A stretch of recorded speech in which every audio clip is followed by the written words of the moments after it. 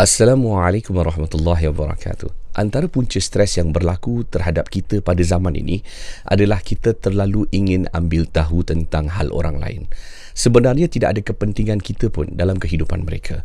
Tapi kita mungkin membaca, kita lihat di social media, kita pun terkesan, kita jadi marah.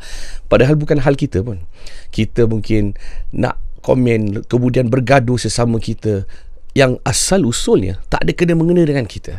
Seharusnya kita fikir tentang kehidupan kita apabila kita mati kelak. Di dalam kubur bagaimana?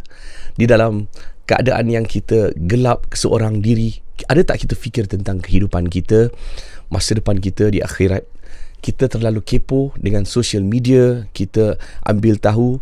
Walaupun kita salahkan orang, kita kata orang yang muat naik, dia buat kita marah. Yang kita kepo, pergi terlibat dalam hal orang, akhirnya kita jadi stres sampai tak boleh tidur malam. Kita fikirlah tentang diri kita.